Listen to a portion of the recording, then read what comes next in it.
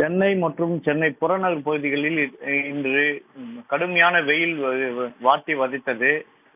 பிற்பகலுக்கு பின் திடீரென 4 மணி அளவில் திடீரென மேகமூட்டத்துடன் இடி மின்னலுடன் சூறைக்காற்றுடன் கனத்த மழை பெய்து வருகிறது. குறிப்பாக இந்த சென்னை மீனம்பாக்கம், திரிசூலம் மற்றும் குன்றத்தூர் உள்ளிட்ட அந்த விமான நிலைய சுற்றுவட்டார பகுதிகளில் சூறைக்காற்றுடன் கனத்த மழை பெய்தது. இதனால் சென்னைக்கு தரையிறங்க வேண்டிய ஒரு 10 விமானங்கள் வானில் வட்டமடித்தவாறு இருந்தன.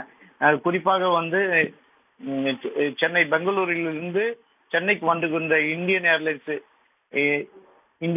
இண்டிகோ ஏர்லைன்ஸ் பயணிகள் விமானம், இந்தூரிலிருந்து 164 பயணிகளுடன் வந்த இண்டிகோ ஏர்லைன்ஸ் பயணிகள் விமானம், அதுபோல் பாட்னா, டெல்லி, கொல்கத்தா, துர்காப்பூர், கோவை, தூத்துக்குடி ஆகிய 10 விமானங்கள் தரையிறங்க முடியாமல் வானில் வட்டமடித்தவாறு இருந்தன. இதில் 2 விமானங்கள் ஒன்று திருச்சிக்கும் மற்றொன்று பெங்களூருக்கும் திருப்பி விடப்பட்டு அங்கு தரையிறங்கியுள்ளன. மழை நின்ற பின் மீண்டும் புறப்பட்டு வரும் என தகவல் வெளியாகியுள்ளது.